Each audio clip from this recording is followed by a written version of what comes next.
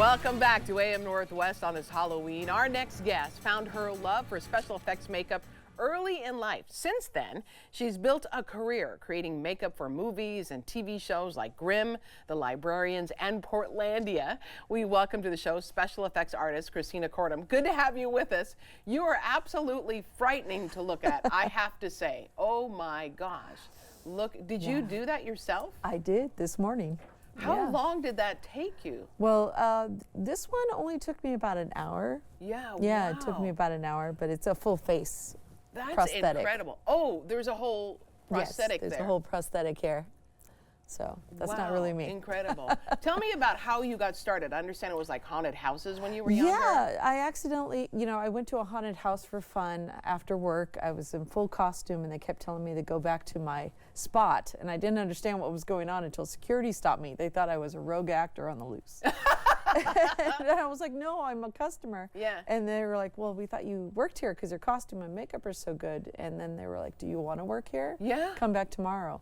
So that's how I got into it, was actually as an actor. Yeah. And then I started doing my own makeup because, it's always hard for the makeup team. There's so many actors that get ready. Right. So I started doing my own makeup and I loved it. And it was a fun thing on the side, but it just snowballed into a full career. That's crazy. And you started working on independent movies, right? I did. That's how I started working on small films, and one director would recommend me to another, and the next thing I knew, I was so busy I couldn't see straight. I actually left my job as an IT person. Really? Yeah. No, I used to do database design, and that production management and all sorts of stuff. So it was a total accident, and then Grimm came to town, and that sucked me in the rest of the way. Oh yeah. So let's take a look at some of your creations, and I'd love to have you tell me all about them. Okay. So here we go. Tell me about. Oh my goodness. Yes. This is one of the makeups we did on Grimm. The department head on Grimm was Barney Berman, and his shop actually made these kind of pieces, and then we applied them as a team. And it was really an amazing, amazing show to work on. So many creatures. Yeah. How so fun many was cool that? things. This And was really cool. Yeah, and the Librarians. Yeah, the Librarians gave me so many wonderful opportunities to do cool makeups, and to do it locally is so amazing. Right. To not have to travel, to stay home is just something special. Who tells you the look they want? It's usually the director. Okay. The director says, I'm thinking of this or that. It's also, you're a little informed by the script as well. Sure. The script will describe kind of the creature or whatever you're making, and then the director will kind of And do you draw it out first? Yes, I do like creature sketches Yeah. and like renderings, basically like concept art that I turn over to production, and they review it, and if they like it, I get to make the creature. So Yeah. You also worked on Portlandia. correct. Yeah. I made the ears for Yeah, tell me about that. That was a wild one. That was this was actually during the pilot, and they told me like the day before they wanted these gauged ears. Yeah. So or a couple days before, Fred came over to my house, and Look at you, Fred came over. Yeah. And what was he like? He was wonderful. Yeah. And I cast his ear and sculpted this and basically made it overnight kind of deal. It was a real rush kind of job.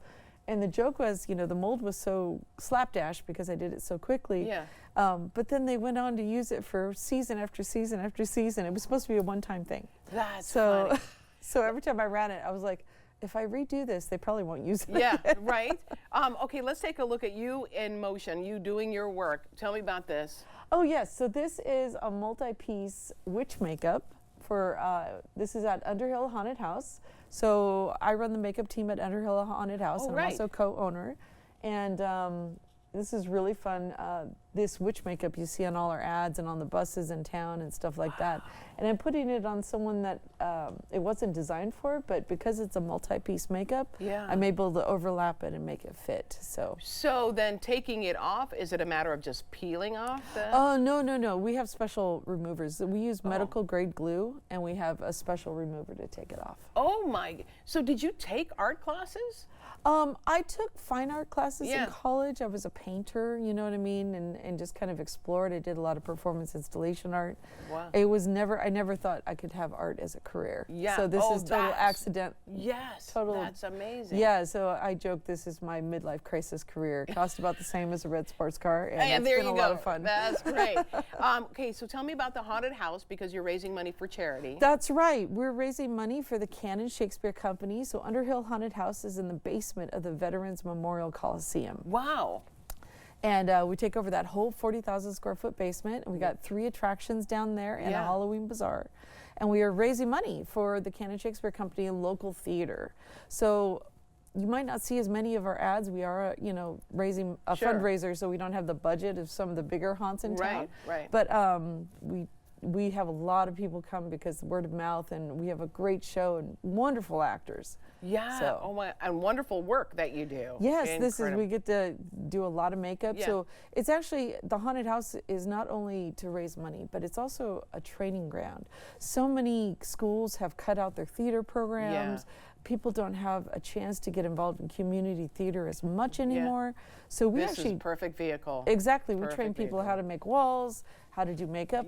My makeup team's all trainees. How to act. I all of love it. We want to tell everyone, if you would like to find out more about the Underhill Haunted House at Veterans Memorial Coliseum now through Saturday, 7 to 11 p.m., we're going to put all that information for you on our website at KATU.com. Christina, you're so talented. Thank you so much. Thank you. Thank you for having me on. You bet. All right, we'll be right back with more AM Northwest. Don't go away.